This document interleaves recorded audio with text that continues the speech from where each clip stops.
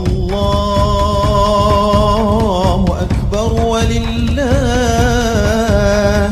hamd. Assalamualaikum warahmatullahi wabarakatuh. Nama saya Kaisah Medina Mumtaz, saya kelas 7 Khalid bin Walid. Nah, kali ini saya akan mengerjakan tugas proyek kurban.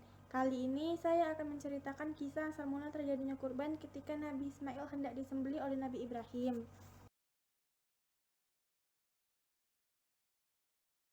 Suatu hari, Nabi Ibrahim mendapatkan firman dari Allah untuk menyembelih Nabi Ismail melalui mimpinya. Dia pun membicarakan hal ini kepada anaknya. Nabi Ismail adalah anak yang soleh. Dia pun menyerahkan dirinya kepada Allah Subhanahu wa Ta'ala. Nah, saat hendak disembelih, Nabi Ibrahim terkejut karena bukannya Nabi Ismail yang dia sembelih, melainkan seekor domba. Sejak saat itulah kurban dilaksanakan.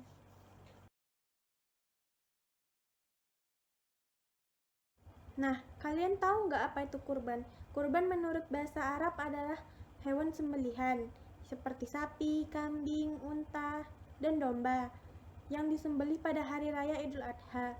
Nah, menurut istilah, menyembelih hewan-hewan tertentu pada hari raya Idul Adha merupakan bentuk ibadah kepada Allah Subhanahu wa Ta'ala. Lalu, mengapa kita harus melaksanakan kurban? Dalam sebuah hadis, Rasulullah menjelaskan bahwa di setiap bulu hewan kurban terdapat kebaikan. Dari Zaid bin Arqam, seseorang bertanya kepada Rasulullah, "Ya Rasulullah, apakah arti dari kurban ini?" Beliau menjawab, "Ini sunnah Nabi Ibrahim alaihissalam." Beliau ditanya lagi, "Lalu mengapa kita harus melakukannya?" Beliau menjawab, "Karena di setiap bulunya terdapat kebaikan."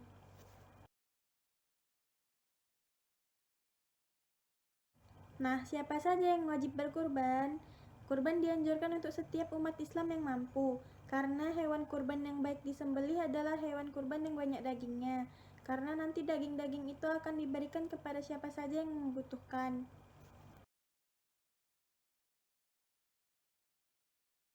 Lalu, di mana kurban dilaksanakan?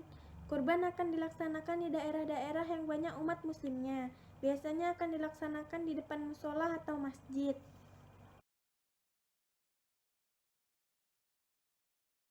Lalu, kapan pelaksanaan Hari Raya Idul Adha? Hari Raya Idul Adha dilaksanakan pada tanggal 10 Zulhijjah, bertepatan dengan Hari Raya Haji.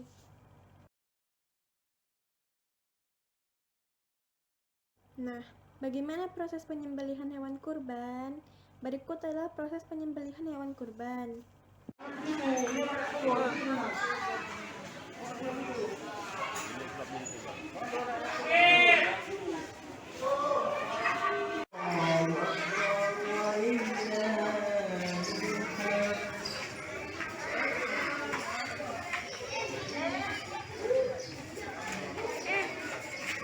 Mohon perhatian kepada Bapak Ibu peserta kurban yang hormati bahwa nama untuk yang dikatakan sebagai peserta kurban di sini ada atas nama Ahyar Lutfi Jega. Ahyar Lutfi Jega, kami mohon kiranya bin atas nama bin siapa?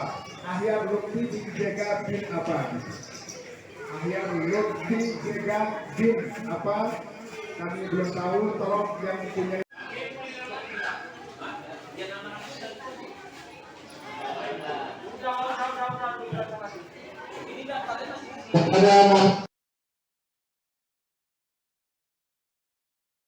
Lalu, apa saja sunnah-sunnah dalam berkurban?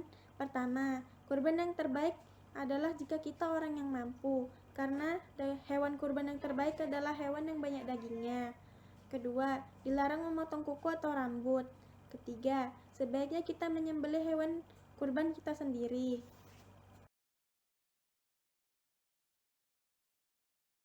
Nah, apalagi yang bisa kita lakukan di bulan Zulhijjah? Pertama, sholat 5 waktu. Kedua, sholat Idul Adha. Ketiga, berpuasa. Keempat, kalau kita mampu, kita bisa melaksanakan ibadah haji.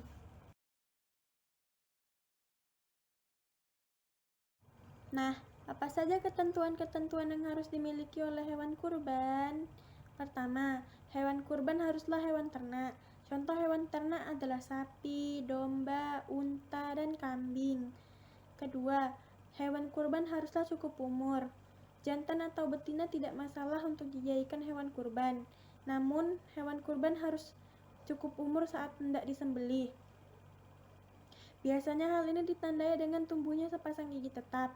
Sementara usia minimal unta adalah 5 tahun dan sudah masuk tahun ke-6. Usia minimal sapi adalah 2 tahun dan sudah masuk tahun ke-3. Usia minimal kambing adalah 1 tahun dan sudah masuk tahun ke-2. Usia minimal domba adalah 1 tahun. Ketiga, hewan kurban haruslah sehat. Jika hewan kurban tidak sehat dan memiliki kecacatan, hewan kurban tidak layak untuk disembelih. Keempat, kepemilikan hewan kurban harus jelas. Jadi hewan kurban yang dirampok, hasil rampok atau curian tidaklah layak untuk disembelih dan dikurbankan. Sekian dari saya, terima kasih. Assalamualaikum warahmatullahi wabarakatuh.